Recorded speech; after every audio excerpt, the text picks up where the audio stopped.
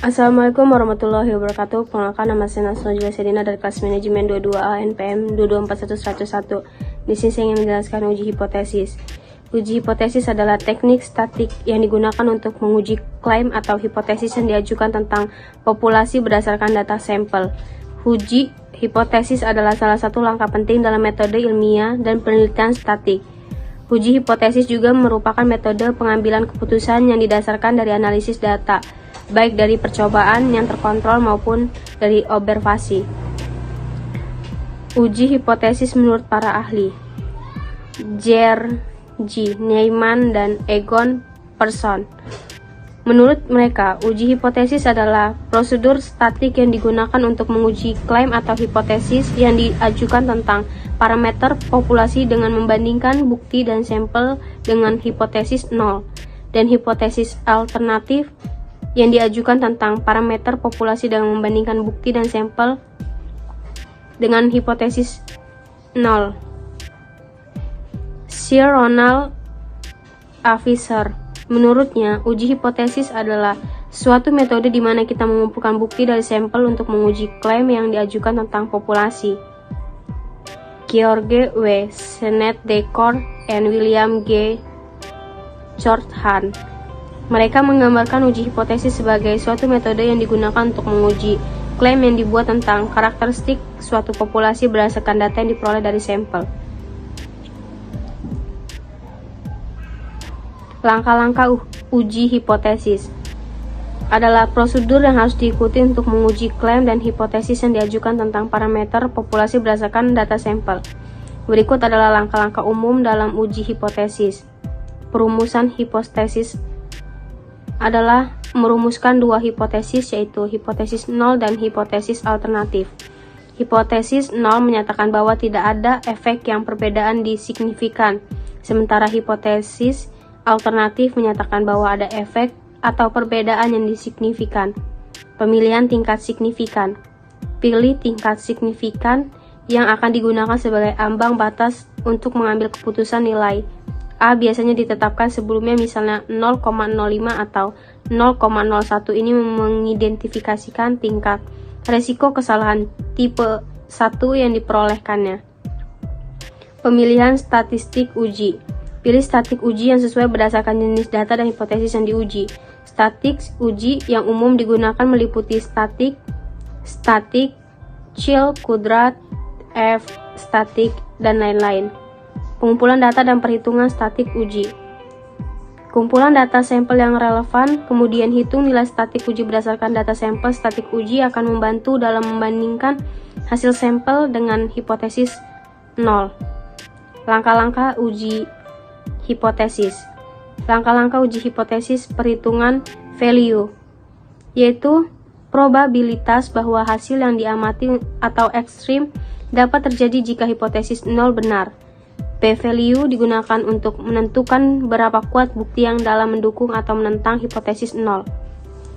Pembandingan dengan nilai kritis dan P-value. Berdasarkan nilai statik uji dengan nilai kritis yang sesuai dengan distribusi statik, jika nilai statik uji lebih ekstrim daripada nilai kritis, atau jika value kurang dari 0, maka hipotesis 0 dapat ditolak. Jika tidak, hipotesis 0 diterima. Interpretasi hasil akan menghasilkan salah satu dari dua kesimpulan: menolak H0, menerima H1, atau gagal menolak H0.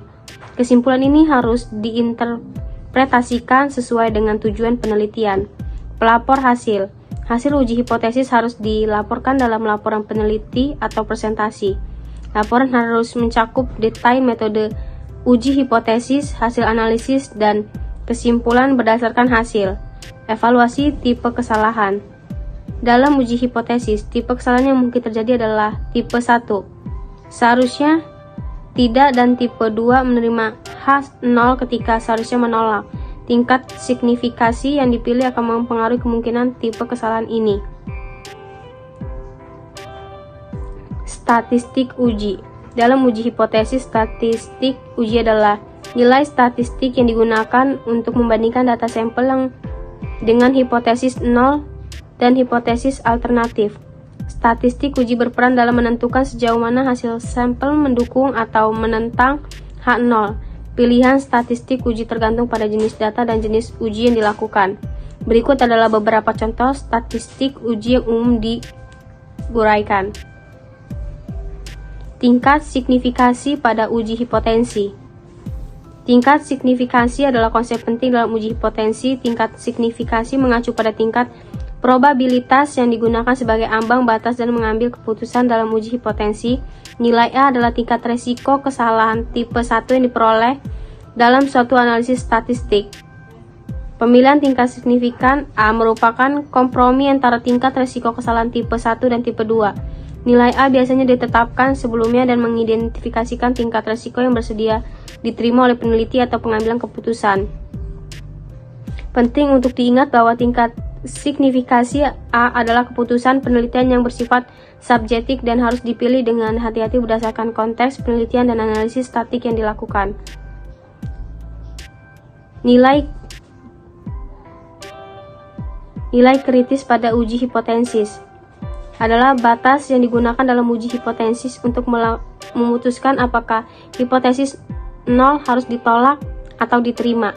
Nilai ini berkaitan dengan tingkat signifikasi yang dipilih sebelumnya dalam uji hipotesis. Berikut adalah beberapa contoh mengenai nilai kritis dalam beberapa jenis uji statistik umum. P-value pada uji hipotesis adalah konsep penting dalam uji hipotesis statistik. P-value adalah ukuran sejauh mana bukti dari data sampel mendukung atau menentang hipotesis 0 dalam uji hipotesis. Nilai ini mengidentifikasi probabilitas bahwa hasil yang lebih ekstrim dapat terjadi jika hipotesis 0 benar. Dalam konteks uji hipotesis, peran p-value adalah sebagai berikut. Kesalahan pada uji hipotesis. Terdapat dua jenis kesalahan yang mungkin terjadi yang dikenal sebagai tipe kesalahan tipe 1 dan tipe kesalahan tipe 2. Kedua tipe kesalahan ini memiliki konsekuensi yang berbeda dan berdampak pada interpretasi hasil uji hipotesis. Berikut adalah penjelasan tentang keduanya, kesalahan tipe 1 dan kesalahan tipe 2. Interpretasi hasil.